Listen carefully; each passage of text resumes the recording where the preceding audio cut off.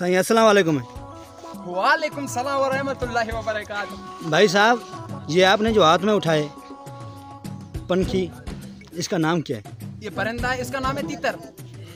तितर? जी जी, ये न्यू ने नाम आया है वहाँ से, अमेरिका से। मैंने तो ये पहली बार सुना है नाम। तितर किसको कहते हैं? ये तो मेरे को पता नहीं है। तो आपने हाथ में क्यों उठाया? हाँ, ये गलती हो गई यार, ऐसे देख रहा था जैसे आपने देखा। मुझे लगता है आप ना इसकी जान पहचान रखती हो। शौक के सिवा जो है ना चीज़ कोई नहीं उठाता किसी की। जिसको शौक होता है वही चीज़ उठा सकते हाँ, हैं। जो फ्री में चीज़ मिलती है मैं तो घर ले जाता हूँ। घर लेने की चीज़ है? अब्बा कह रहे थे ये घर ले आने की चीज़ है, तो मैं लेके जा रहा था। पंखी को कैद करना पता है कितना जुर्माना है? हाँ, वो तो पुलिस वाले कहते हैं।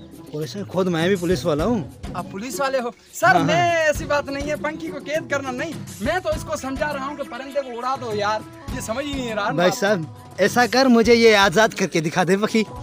आजाद करने का सर इसका दरवाजा नहीं है ना। आगे पीछे से घुमा के देख, रास्ता मिल जाएगा। नहीं नहीं, इसका रास्ता है ही नहीं।